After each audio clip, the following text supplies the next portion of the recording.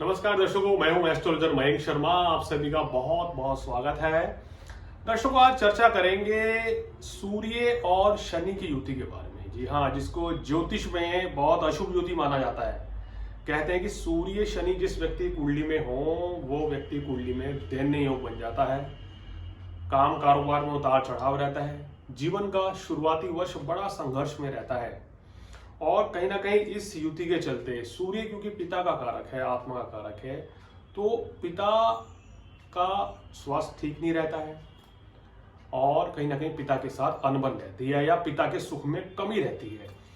अब ग्रहों का खेल क्या हो रहा है? सूर्य अभी मकर राशि में चल रहे हैं। 12 फरवरी को सूर्य देव जो हैं मकर से निकलकर कुंभ में आ जाएंगे और वहां पहले से ही शनि विराजमान है। और ये जो ग्रह स्थिति रहेगी दर्शकों, ये 14 मार्च की मध्य रात्रि तक, यानी कि तकरीबन 10 बजे तक ये युति रहेगी। यानी कि मेरा मानना है कि 33 दिनों की सूर्य शनि की युति क्या गुल खिलाने वाली है, ये आपको बताएंगे। ज्योतिष में जब इसको बिल्कुल शुभ नहीं माना जाता है, इसके बावजूद क्या कुछ रिजल्ट रहेगा 12 राशियों के ऊपर। क्या परेशानी बढ़ेगी राशियों की, क्या धन लाभ होगा, क्या आर्थिक स्थिति अच्छी रहेगी, या कुछ राशियों को काम कारोबार में सफलता मिलेगी, इसकी जानकारी भी आपको देंगे। लेकिन मेरा व्यक्तिगत मानना है कि मैं इतनी कुंडली देख चुका हूं पिछले 22 सालों में। मेरा अनुभव ये कहता है कि सूर्य शनि में जो व्यक्ति पैदा होता है उसके जीवन में संघर्ष बहुत रहता है। पाई पाई को मोहताज हो जाता है। आज का खाना है, आज की रोटी है, कल कैसे इंतजाम होगा, ये भी संघर्ष ये युति कराती है। और जब आपको बनाने पर आती है, जब चमकाने पे आती है, तो आपको राजा भी बना देती है। उसकी एक कंडीशन अप्लाई होती है, अगर ये युति नीच ग्रहों के साथ ना बनी हो, ये युति में से कोई भी एक ग्रह स्वराशि का बैठा हो, उच्च का हो या केंद्र में हो आपकी कुंडली से, तो ऐसा योग आपको राजा तक बना देता है। हमने देश विदेश के बहुत से नेताओं की ऐसी कुंडली देखी है जो मुख्यमंत्री बने हैं, प्रधानमंत्री बने हैं, उनकी कुंडली में सूर्य शनि एक साथ थे। तो चलिए फटाफट से मुद्दे पे आते हैं। सूर्य शनि की युति जब 33 दिन क्या गुल खिलाएगी 12 राशियों पर, इसकी जानकारी आपको देंगे। शुरुआत मेष राशि के साथ। मेष राशि वालों, 11वें भाव में ये युति आपके लिए रहेगी, तो आपके लिए ये युति बहुत शानदार रहेगी। आपके काम कारोबार में वृद्धि के संकेत दे रहे हैं। नौकरी व्यवसाय में लाभ मिलेगा। संतान के साथ कुछ मन मुटाव संभव है। संतान की सेहत का ध्यान रखें। शिक्षा परीक्षा के लिए हालांकि समय अच्छा रहेगा। बड़े भाई के साथ संबंधों में मधुरता बनाए रखें, तो चीजें आपके लिए बैलेंस रहेंगी। क्रोध की अधिकता से बचना होगा, स्ट्रेस से बचें और अपनी थोड़ा सेहत का भी ध्यान रखें। चर्चा वृषभ राशि वालों की, जिनके 10वें भाव में बन रहा है, तो आपके लिए ये स्थिति बहुत ही उत्तम रहेगी। अगर आप राजनेता हैं, आप चुनाव लड़ रहे हैं, तो आने वाले समय में चुनाव जीत सकते हैं, या कहें कि राजनीति में आने वाले समय में आप शिखर पर जा सकते हैं। ये 1 महीना तकरीबन आपके लिए बहुत ही अच्छा रहेगा। सुख साधनों में वृद्धि होगी। नए काम कारोबार की शुरुआत करना चाहते हैं तो बहुत ही अच्छा समय है, क्योंकि लगन में बृहस्पति बैठे हैं। चर्चा मिथुन राशि वालों की। मिथुन राशि वालों के लिए ये समय जो है, भाग्य स्थान में बैठे हैं सूर्य शनि, तो आपके भाग्य वृद्धि के संकेत दे रहे हैं। भाई बहन मित्रों का पूर्ण सहयोग आपको मिलेगा। अगर आप विदेश जाना चाहते हैं, विदेश जाकर पढ़ना चाहते हैं, नौकरी करना चाहते हैं, तो ये अच्छा समय आपके लिए रहेगा। कार्य व्यवसाय में भी सफलता मिलेगी, लेकिन थोड़ी सी रुकावट के बाद। चर्चा कर्क राशि वालों की, जिनके 8वें भाव में युति बनती है। कर्क राशि वो पहली राशि है जिसको सबसे ज्यादा सावधान रहना चाहिए, क्योंकि 8वें भाव में जब ये युति बनेगी तो इस समय आपको अपनी सेहत का पूर्ण रूप से ध्यान रखना है।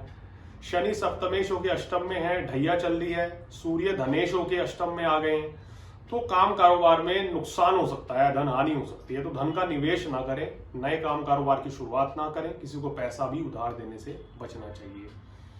हालांकि इस समय सामान्य लाभ के योग भी सूर्य और शनि की युति बनाती हुई नजर आ रही है। व्यर्थ के वाद विवाद से बचना चाहिए। चर्चा सिंह राशि वालों की।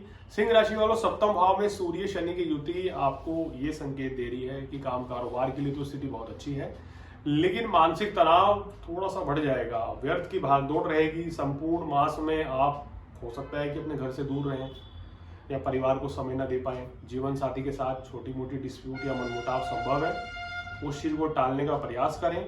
सूर्य देव को जल चढ़ाएं तो आपके लिए अच्छा रहेगा। चर्चा कन्या राशि वालों की। कन्या राशि वालों, 6ठे भाव में सूर्य शनि की युति। कोर्ट कचहरी के मामले जो है वो लंबित पड़ सकते हैं, कोई फैसला नहीं आएगा। रहेगा, या फैसला अगर आप चाहते हैं कि कोई कॉम्प्रोमाइज हो जाए, समझौता हो, तो ऐसे भी आसार नजर अभी नहीं आ रहे हैं। यहाँ खर्च कुछ अधिक रह सकता है, अपनी सेहत का ध्यान रखिए। किसी भी काम कारोबार की शुरुआत से बचें और धन का निवेश आपको नहीं करना चाहिए। अब चर्चा तुला राशि वालों की। तुला राशि वालों, ये समय आपके लिए, बिजनेस के लिए, नौकरी के लिए तो भाई बहुत अच्छा है, लेकिन तुला राशि वाले अपनी सेहत का ध्यान रखें। पेट में कोई इन्फेक्शन हो सकता है, हाथों में कोई इन्फेक्शन होना, किडनी में कोई इन्फेक्शन होना, लीवर संबंधी समस्याएं बढ़ सकती हैं, क्योंकि अष्टम भाव में गुरु भी अभी हैं। तो स्वास्थ्य का ध्यान रखें, संतान के साथ मनमुटाव से बचें। छात्रों को मन लगाकर पढ़ाई करनी होगी, लेकिन बिजनेस नौकरी की बात करें तो उस लिहाज से ये समय आपके लिए काफी अच्छा रहेगा। संबंधों में मधुरता बनाए रखकर चलें।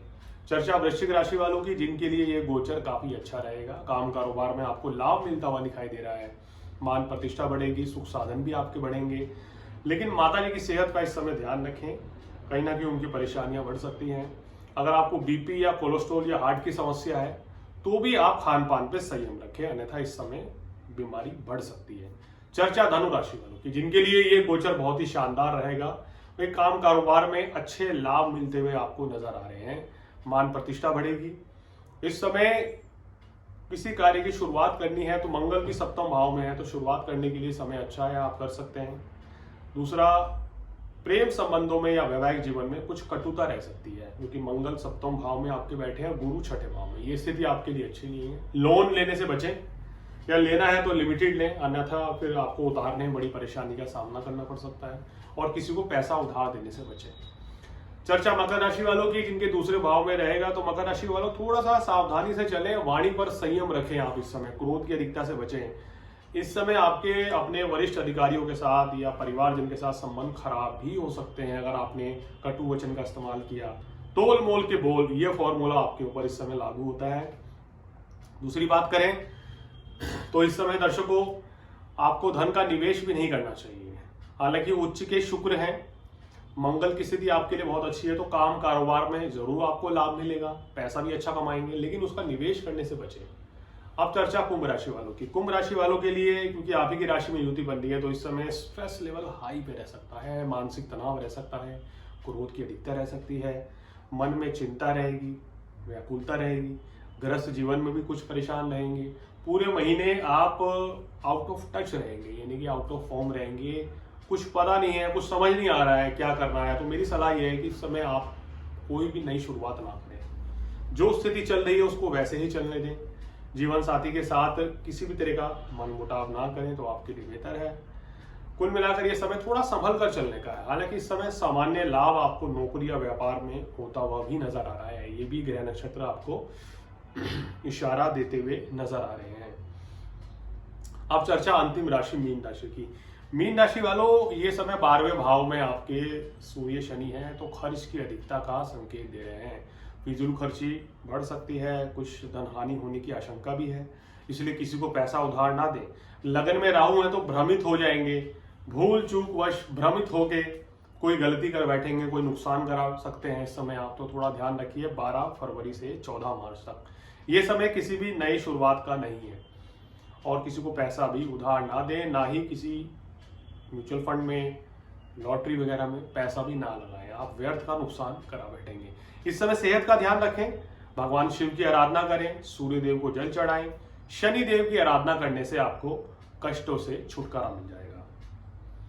तो दर्शकों, आज जानकारी दी सूर्य शनि की युति 12 फरवरी से 14 मार्च तक कैसी रहने वाली है 12 राशियों पर। इस समय किसी भी राशि को कोई भी कष्ट आ रहा है तो वो क्या करे, सूर्य देव को जल चढ़ाए, उसमें थोड़ा सा हल्दी और लाल पुष्प डाल दे, शनि देव की आराधना करें, गरीब व्यक्तियों को काले वस्त्र दान करें, ओम शन शनिश्चराय नमः, ओम घृणी सूर्याय नमः। इन चमत्कारिक मंत्र का डेली 108 बार आप जाप इस महीने करेंगे सभी राशि वाले, तो हर तरह की परेशानियों से राहत पा जाएंगे। परेशानी खत्म तो नहीं होगी, लेकिन बहुत हद तक कम हो जाएगी। क्योंकि दर्शकों, ज्योतिष में कहा गया है, चाहे शुभ युति हो आप उसके शुभ प्रभाव को खत्म नहीं कर सकते, चाहे अशुभ युति हो इसी तरह से उसके भी अशुभ प्रभाव को कम तो किया जा सकता है, मगर समाप्त नहीं किया जा सकता है। तो दर्शकों, आज फिलहाल इतना ही। एस्ट्रोलॉजर मयंक शर्मा को दीजिए इजाजत। नमस्कार।